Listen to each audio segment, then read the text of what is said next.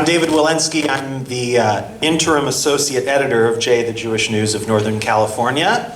I have seen this film 2.5 times now. And I want to thank everyone for coming out and thank Tom for making this incredible film and sharing it with us. I wanted to start by asking you about the recreations. You know, some documentaries have recreations, sometimes it works, sometimes it doesn't. You're using them to a really dreamlike effect that I had not seen before, and I wonder if you could talk about how you arrived at those scenes. Well, I think that, first of all, I didn't have a lot of money to do recreations, and to try and recreate the 1950s and the early 20th century Hungary in quote-unquote reality would have been impossible to do. Right. But I think beyond that, that I wanted it to be clear that these are memories, you know, and it's how I remembered events and how my father remembered events from his childhood. And so there is this sort of sense of the setting, the context of, you know, working in a white limbo and in a black limbo, of not being a real place, but a place in the mind. Yeah, yeah. What was it like finding the right faces and voices for these very real people? Well, I was incredibly fortunate in working with a wonderful Hungarian team in Budapest and a casting director who was very sympathetic to the project, and I think took pity on the fact that I had a small budget. And I would send her photographs of members of my family, and she would invite people to come in and interview them on camera and just ask them to do very small gestures. And then she would send the videos to me. And you know, we were looking for two things: people that looked like the members of my family, and also could both the children and the adults, you know, respond to direction. This process of finding the people took many months. Yeah. You know, thanks to Zsófi, you know, she had a very high standard. She's the casting director. The casting director, yeah. And I would say, well, I could probably work with that person. And she would say, no, I can do better than that. We can do better. So I was deeply indebted to them. And you had a lot of collaborators in Hungary, is that right? And you were telling me before the film that some of your younger relatives there worked on the film with you, and I wonder if you could talk sort of about that whole support team. Well, I think that the whole story would not have happened if my cousin Pal had not told me that we were Jewish to begin with, which he did, you know, when I was about 40 years old. I'm 69 now. I didn't at that point intend to make a film, but it kind of stayed with me. And he is also the self-appointed family historian. So he had collected a lot of the photographs of the family in the early 1920s and 30s,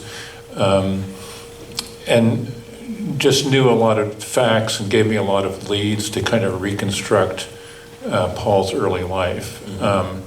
And then when the book was completed, he said, you know, this book has to come out in Hungary. So he translated it into Hungarian, and hopefully it will be published in Budapest this fall. Oh, wow, yeah. And then three of his sons all contributed bits. His oldest son was a concert pianist who performed all the Chopin and Eric Satie pieces in the film. His youngest son was an animation student who did the animation in the film. And his second oldest son looks exactly the way I looked when I was about 17 years old. So he actually plays me for about 20 seconds in the film. He was also a film student, and he was the focus puller in all the recreations. You mentioned Pal telling you that you were Jewish. Yes. Tell us about that day. How does that come up in conversation? Well, I'll try and keep it short. It's a long story. We want to give people a chance to ask questions. I had persuaded my father to go with me to Hungary when I was in my 40s. He basically hadn't gone for a long time because he was doing top secret defense work, and it was a risk for him to go behind the Iron Curtain in the 60s and 70s. So finally, in about 1984, we went to Budapest, and he was just there for 3 days, breezing through on his way to a conference with NATO in Brussels. And he showed me, where he grew up, his apartment building, and told us a bunch of funny stories. And we went to a restaurant, and he sang some songs in Hungarian with gypsies. I'd never heard him speak Hungarian before. And then my cousin said, "Would you like to stay a few more days in my apartment?" So I moved to Pal's couch, and Pal took me on a walk, Budapest, and the first place that he took me was Doheny Synagogue. And in the synagogue, there was a display, a Holocaust memorial, and in the memorial were these papers of false identity papers that Jews had used to try to escape the roundups in the fall of 1944. And I looked at Pal and I said, "So, are you Jewish?" He said, "Well, of course I am, and so are you." I said, what the hell are you talking about? I didn't believe him. And then he took me back to his apartment, pulled out this old shoebox, and showed me similar false identity papers from my grandparents and my aunt. And I was absolutely flummoxed. Determined to confront my father with this fact. Why did you not tell us? Didn't see him for several months. This is not the sort of thing you do over the telephone. Met him on his 77th birthday, and he was quite frail by then. And I said, "Hey, Dad, I heard this story that we might be Jewish in Hungary." And his face just completely dissolved. I'd never seen a face on this man who I saw as very strong and self-assured. And the look was one of intense fear. And it only lasted for a few seconds. He said, "Oh no, we're descended from Seventh-day Adventists who immigrated from Transylvania in the 18th century." And I thought, I knew this was a lie, and I said absolutely nothing because what was the point? He was old, and we never talked about it again. And everything I learned after his death, mostly from my cousin Pal, that's in the film. This may be a strange question. Do you feel like a Jew? I always knew, but if I found out later in life, Yeah. No and yes. And so good, I think that's how most of us feel. To expand on that, even my father's parents were not observant. Being a Jew only came into the equation because of Hitler. They were all assimilated, as were many Hungarian Jews. So I didn't suddenly feel like I wanted to start going to the synagogue. But the fact that he was a Jew made sense because the way I knew him and in all those stories he told about his young life, there were gaps as to why he did things and what his motivations were. And suddenly the fact that he was Jewish explained a lot of stuff that I hadn't understood. And I felt like I knew him better, and I was grateful for that. He would never have gone to Bolivia if he hadn't been a Jew in 1939, for just one example. And then I asked the same question that you asked me of Pal, and I said, "So, do you identify as a Jew?" And he said, "I will identify as a Jew as long as there's anti-Semitism in the world." And I said, "I'm with you."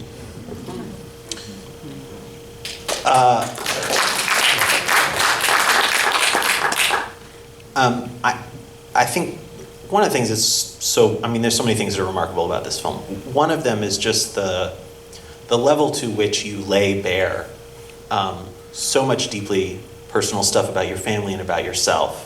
And I can imagine a version of this film in which you stop short of going into your own suicidal ideation.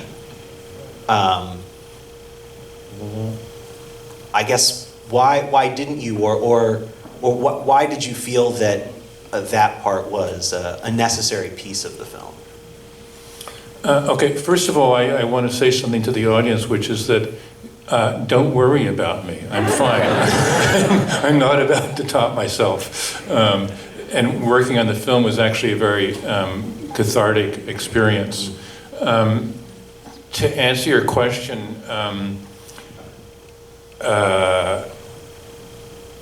and I resist. I mean, I went into the project as a documentary filmmaker, a journalist who's just telling a story about this guy called Paul Weidlinger.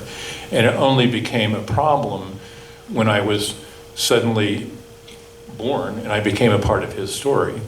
And then how do I insert myself into the film? And I kind of did that sort of kicking and screaming. And I had a wonderful board of advisors. I don't know, are any of my advisors here today? Janice Plotkin in the back. Hey, advisors.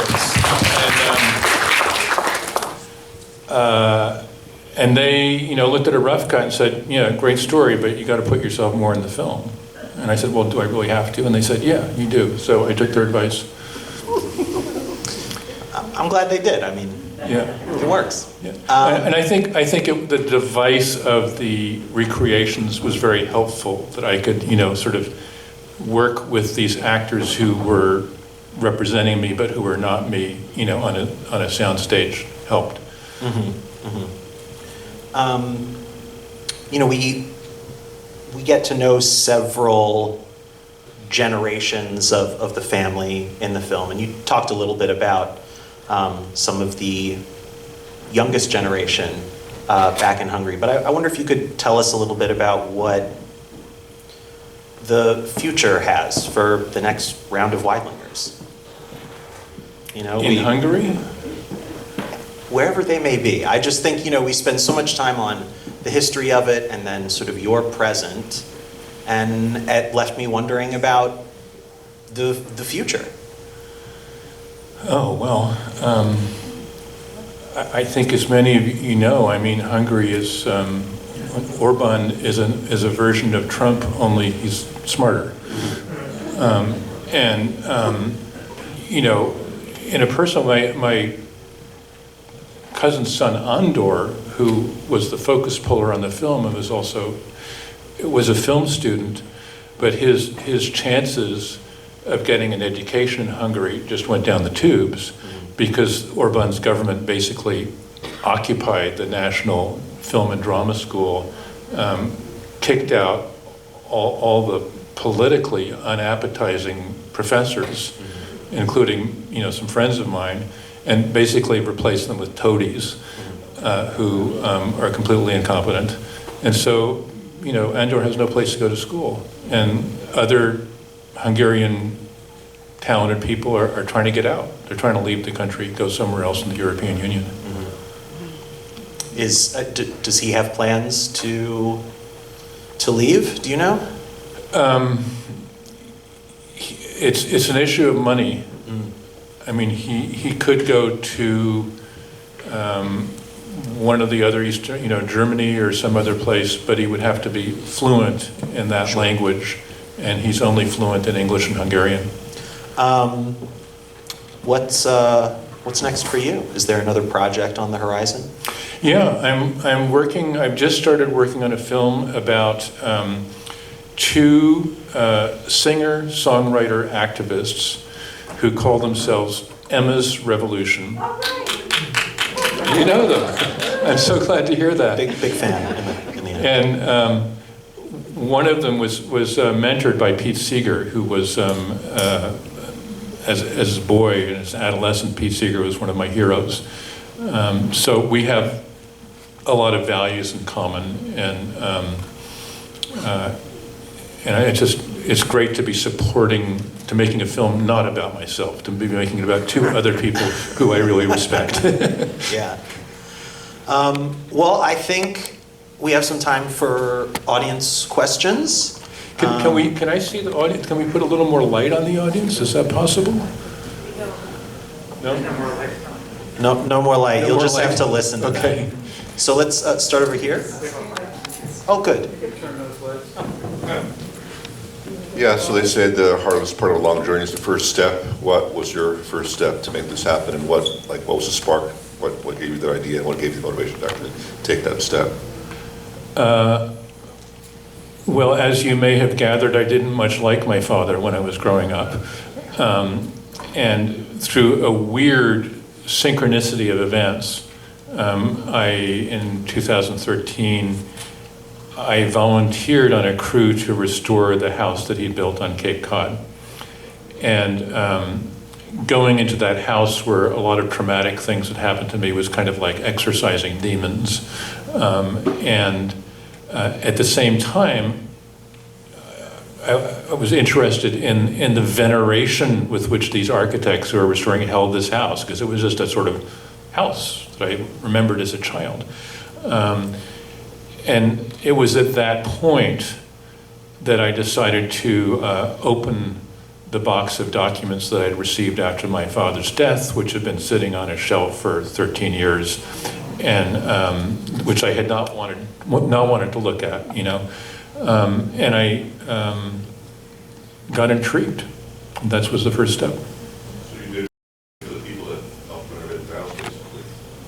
Pardon me? You did it for the people that helped renovate the house, sort of kind of a way of thanking them and showing them who your father was, essentially? No, not really. No. I had already, and they didn't renovate the house for me. And basically I helped them do a Kickstarter to raise some money, and I worked on the volunteers. So no, this was, I did this film for me, really, yeah.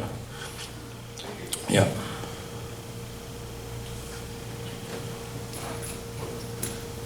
Yes, sorry for my English. Your job, your work was great, really. Thank you. Arthur Koestler wrote 2 books to say he is not a Jewish. When he died, someone say, writing 2 books to say I'm not Jewish, is only a Jewish can do that. So, I am just one question. I mean, do you think really every truth must be told? I mean, do you know this word of, someone can help me, impudique? Someone can translate this word, it's a French word. Say it again. I speak French. Impudique. Impudique? Impudique. No? Nobody can? Immodest. No, not predictable. Immodest. No, not immodest. Yeah, impudique means something can make people shame. And some truths can do that.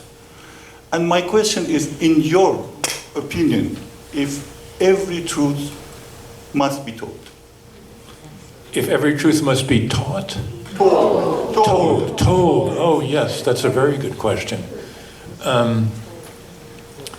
I think a lot, it depends on who's telling the truth and for what purpose. No. I mean, you know, I confronted my father, or I wanted to confront him, but I did not push him because there was no point in it.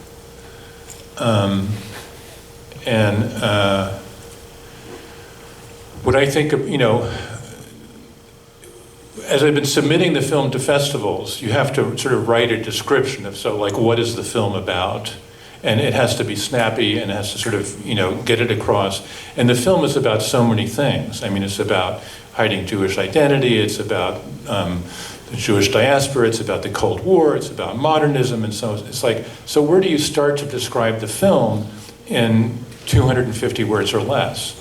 And what I really came down to is what this film really is about is intergenerational trauma, which is, you know, second and third generation children of Holocaust survivors absorb that trauma, sometimes without even knowing what's happening or what's going on.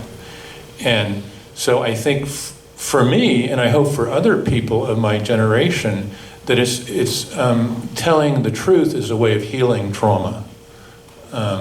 And that's a good reason to tell the truth.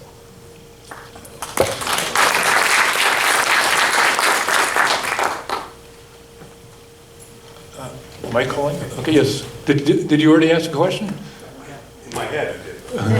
Not into the microphone. Well, it's really interesting to hear what you just said, because I'm a child of a Holocaust survivor, but I was going to say that my reading of your film was really that it was about the inherent tension between the human heart and the human mind. And it seemed that you grew up in a household where the balance tilted towards the mind. Your parents seemed very cerebral, and at the same time I was struck by their artistry, your father's drawings, your mother's photographs. And it seemed like, perhaps by virtue of the experience of the war, their lives tilted towards the realm of the cerebral and the scientific. And I wondered if part of your motivation, consciously or not, was to rebalance that, because I was struck by your filmmaking. It was on one level very rational, very clear. There was nothing extraneous. I really admired that you didn't resort to the Ken Burns effect in utilizing old documentary footage. It felt very clear, very modernist, actually. I think you embraced the aesthetic of your father's milieu in doing the film. But because you bared your soul and because you dealt with sort of a therapeutic perspective on the trauma, it felt like you tilted your family's legacy away from the cerebral back to the heart. And I wondered if that's something that you were conscious of. Well, that's really interesting. I think, you know, there's a point in the film when my mother asked my father for a separation, and she says, you know, if we'd had a little bit less intelligence and a little more heart, you know, maybe we could have stayed together. And I think, I don't agree with you that there is an inherent tension between heart and mind. I think that for my father and some people of his generation, that the way to escape from trauma was to just simply go into the mind in a kind of sort of tunnel-like way. And that could be very creative and very powerful, but it made him kind of incapable of relating to people on a heart level. And, you know, I certainly don't blame him for my sister's death or my mother's madness, but I think if, you know, there had been more heart in the family environment, they might have survived. But he was deeply wounded, you know, by the loss of his mother when he was 4 years old. And I think also by the weight of, even though he wasn't in a concentration camp, you know, of knowing what happened, of being a survivor and somehow not being able to talk about that. Before I forget, Sharon, can you stand up, please? This is Sharon, my wife, who you see briefly in the film. And she supported me through some very difficult periods in making the film. And also, if you would like a signed copy of the book, see her after the movie. They're $15. There's a little plug for the book. Yes. Thank you. Sorry, let me just get over Thank you. I was curious to know if you ever developed a relationship with your father's second family and the children. My brother is in the audience right here. Guys, they just got back from a 4-day sailing trip. Yeah. John asked me, he said, could you teach me how to sail a big boat? Because we both sailed as children, and I, chartered large boats. So we've just spent 4 days on San Francisco Bay. John, could you stand up? Sure, I'm here.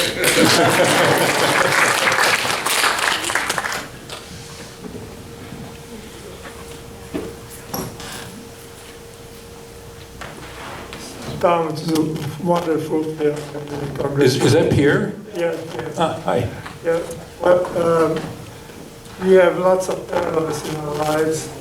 My father died unfortunately when I was 4. He was Jewish, and it was in 1942. So thank God he died before anything would have happened to him.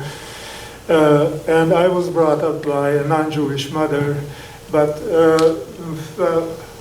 everybody I knew, I was a friend with, almost all of them, happened to be Jewish, or at least I discovered later that they were Jewish. By the way, there is a Hungarian saying, I will say it in Hungarian, mindenki magyar, vagy legalábbis zsidó, which means everybody is Hungarian, or at least Jewish. So I wish I could have done the same journey as you, because my father's family, who came from Sziget, Elie Wiesel's town, there are so many things that I would have liked to discover. And of course, I moved out of Hungary in 1956, and I didn't follow up on any of these. And now I am too old to do that, unfortunately, and I don't know who is going to do the job. But what you have done is just absolutely marvelous, and I would like to talk to you in person. Pierre, we must get together for a cup of coffee. Yes, for sure. Yeah. At least one. Yes. And thank you again. Thank you.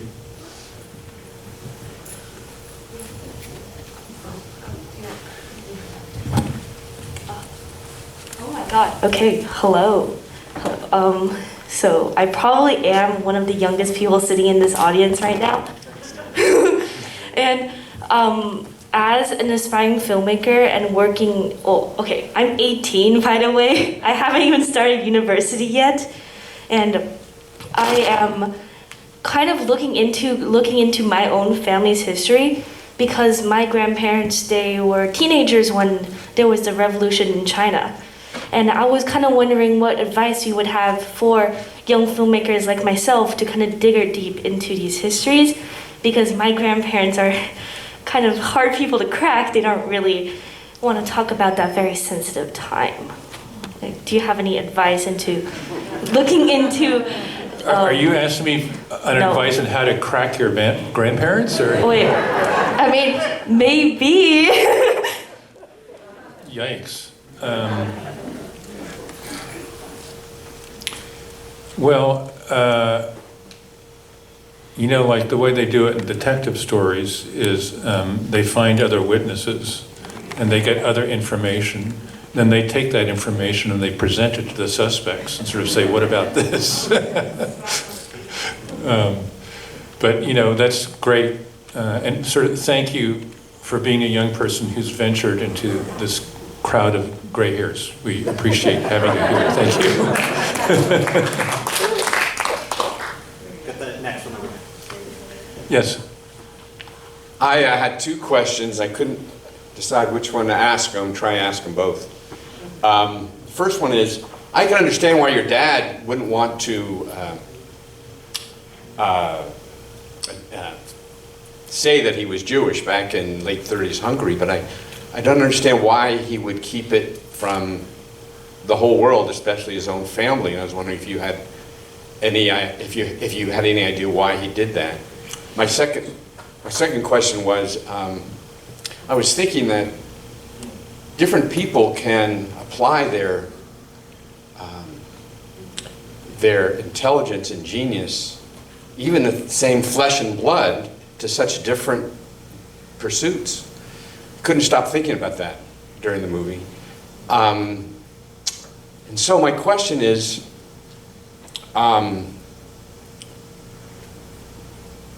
the heart that just was oozing out of this film, and frankly oozes out of you, if it's true that the component of intelligence far outweighed the component of heart in your family, I don't want to be presumptuous to ask, but where the hell did you get yours? So are you implying that because I have heart, I'm stupid, or what? No, I don't think they're mutually exclusive at all. Okay. But I just found it interesting that, at least from the portrayal, your dad seems so brilliant, but hard to share his love and maybe a little cool. You're anything but. And I was wondering if I'm sure you've thought about that. I was wondering if you mind sharing how you're so different. Well, I don't know. That's a very long day. The first, remind me of what the first question was, because I think that's easier. Why your dad? Okay, why did my dad not talk divulge about being Jewish to anybody in America? You know, that's a question I get asked a lot, and actually a radio interviewer asked me that recently. And I said, well, I would invite people who watch the film to formulate their own answer to that question.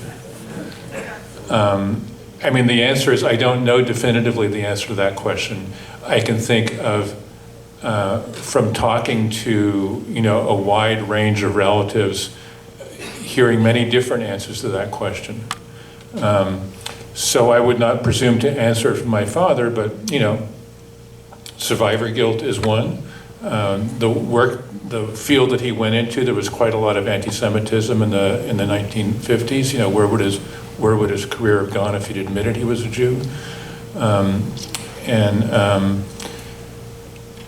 I think there's also the sense of, I've talked to some of my contemporaries who also had the same experience, the sense that if you don't talk about the evil of the Holocaust, then you don't conjure it up and you don't pass it on to your children. That there's a sense of protecting the next generation from that, which I think is misguided, but I think sometimes well-intentioned. And my God, the question of where did I get my heart from? I don't know, ask my wife.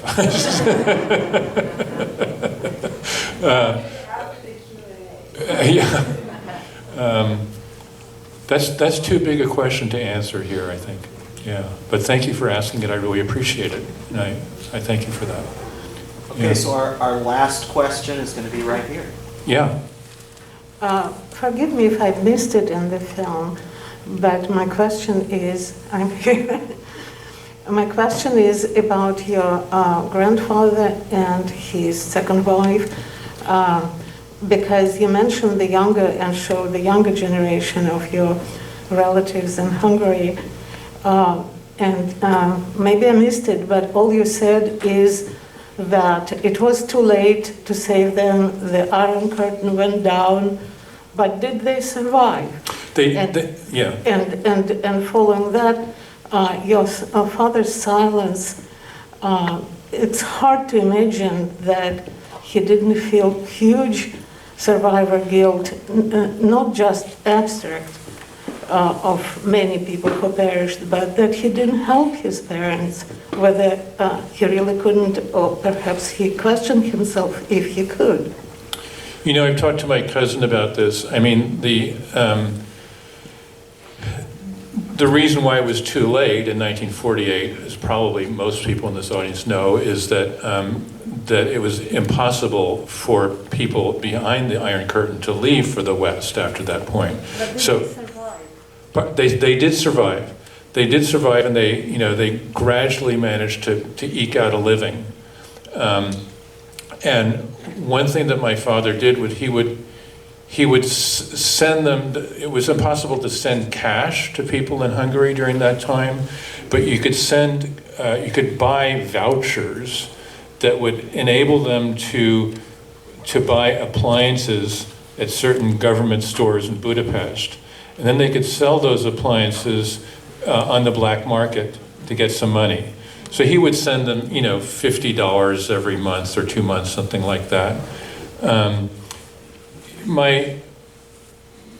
my cousin describes the letters that he wrote to the family as being very bland, you know, just kind of very ordinary, and